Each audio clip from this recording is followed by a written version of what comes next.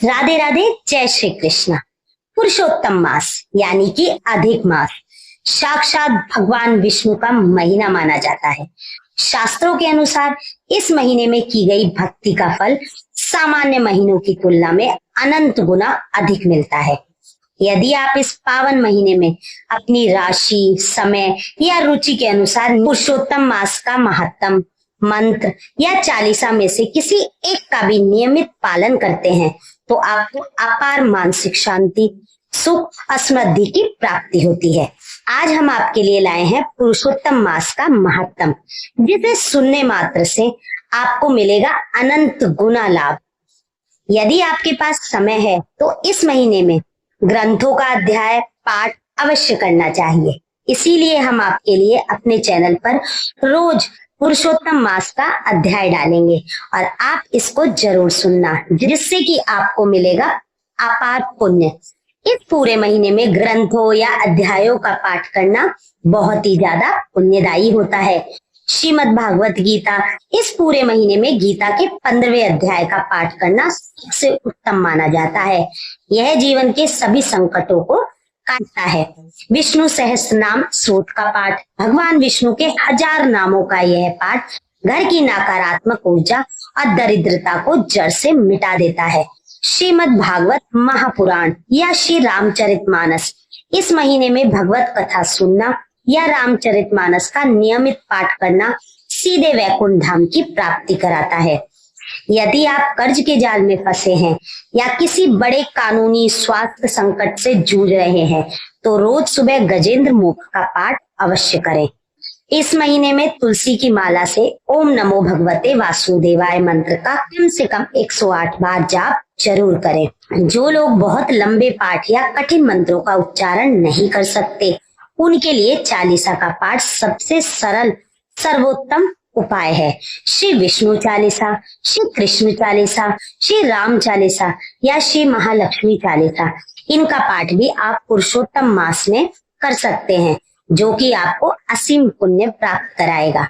इस महीने में केवल पाठ या मंत्र पढ़ना ही काफी नहीं, इसके साथ दीपदान, तुलसी के पास या मंदिर में दिया जलाना, पीली वस्तुओं का दान करना और सात्विक जीवन अपनाने में इन पाठ और मंत्रों का असर 1000 गुना बढ़ जाता है।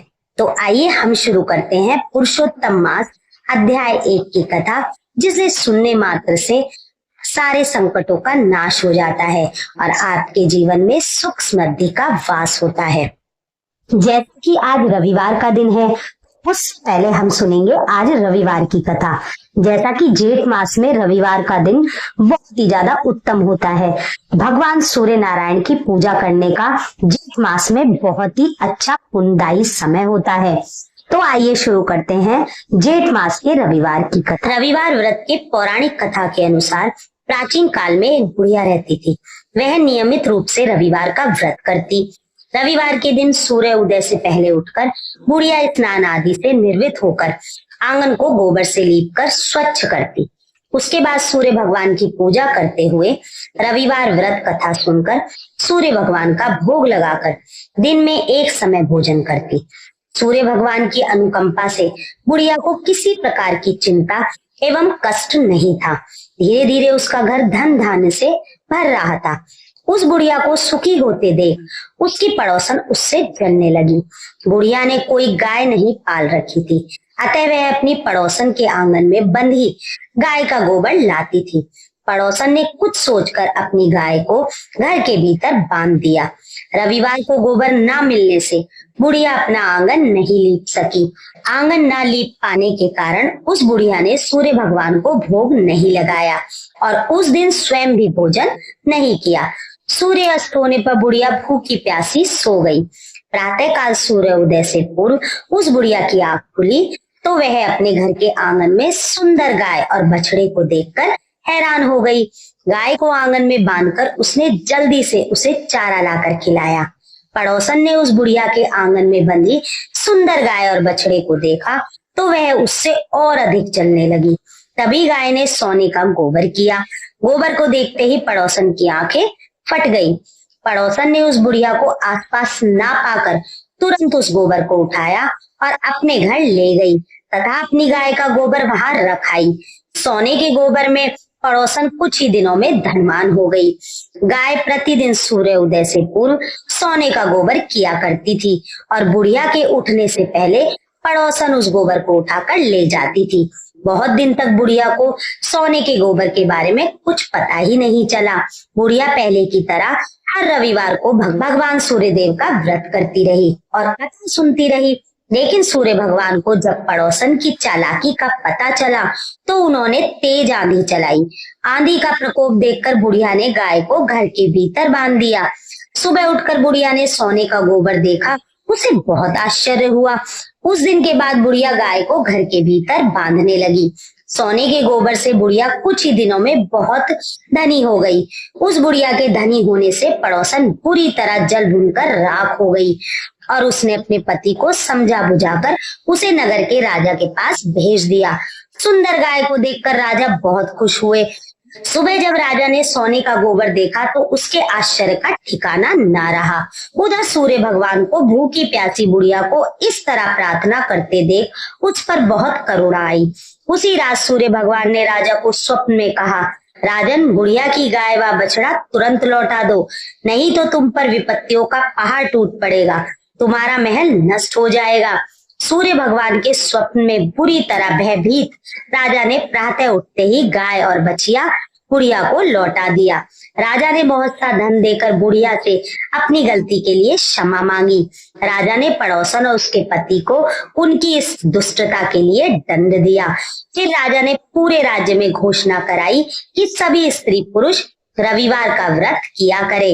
रविवार का व्रत करने से सभी लोगों के घर धन धान्य से भर गए।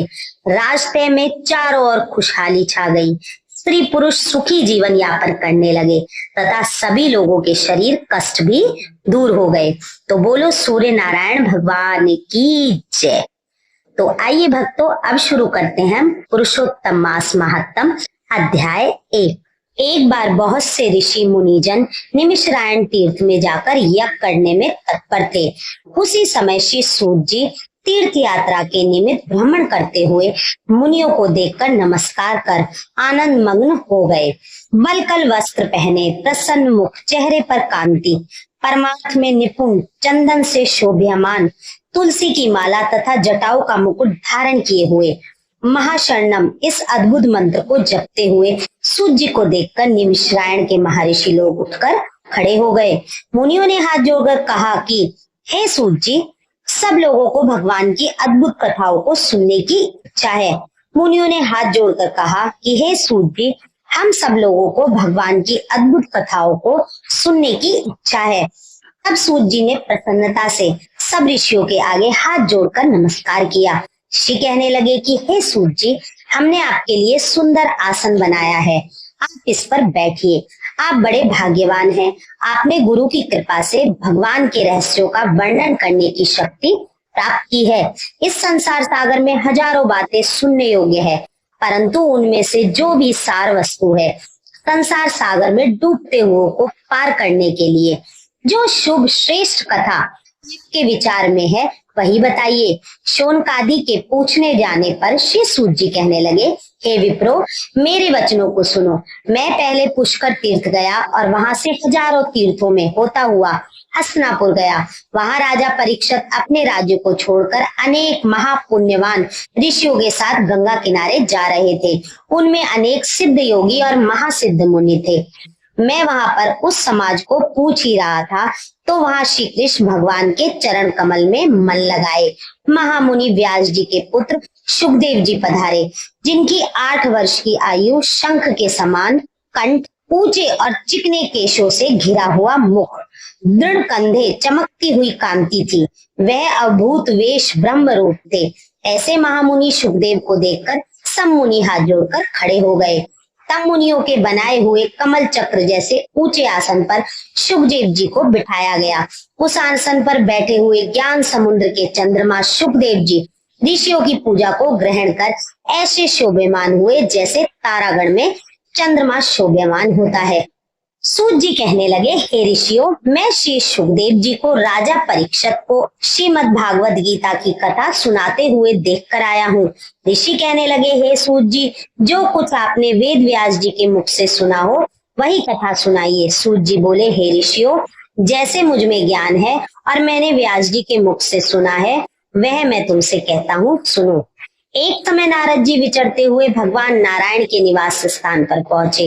वहां पर भगवान के चरणों से अलकनंदा नदी बह रही थी। वहां पर ब्रह्म में लीन जितेंद्रिय निर्मल और तजोमय ऋषि को देखकर भगवान ने उनको नमस्कार किया। तब साष्टांग नमस्कार कर श्री विष्णु की स्तुति करते हुए नारद जी कहने लगे, हे देवादिदेव, संसार के स्वामी, दया सिंधु, आप सत्यवादी हो, त्रिसत्य हो, सत्य के सार रूप, सत्य से ही उत्पन्न हो और सत्य योनि हो, आपको नमस्कार है। हे भगवान, सब प्राणियों के हृदय विषय में असक्त हैं, स्त्री पुत्र आदि के मोह में फंसे हुए हैं।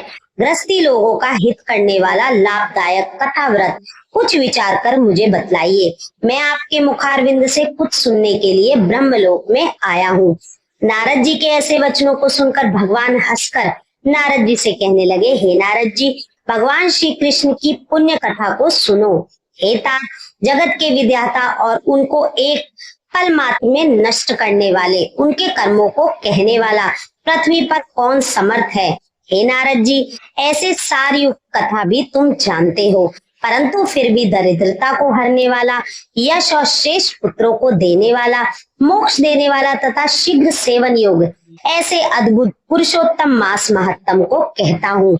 नारद जी कहने लगे, हे प्रभु, स्वामियों सहित मैंने चैत्रादि मास जो सुने हैं, परंतु उनमें पुरुषोत्तम मास नहीं सुना। यह पुरुषोत्तम मास क्या है और यह कैसे हुआ है? हे कृपानिधे, यह सब आप मुझसे कहिए। इस मास का स्वरूप और विधान मुझसे कहिए। क्या करना चाहिए, स्नान कैसे करें और दान क्या करें, और जप, पूजा और उपवास आदि क्या साधन है? इसके अतिरिक्त और कोई भी सार हो तो बताइए। सूत जी कहने लगे, हे ऋषियों, नारद जी के ऐसे जनहितकारक वचनों को सुनकर भगवान चंद्रमा के समान शीतल और शांत देने वाले वचन बोले। राधे राधे, जय श्री कृष्ण।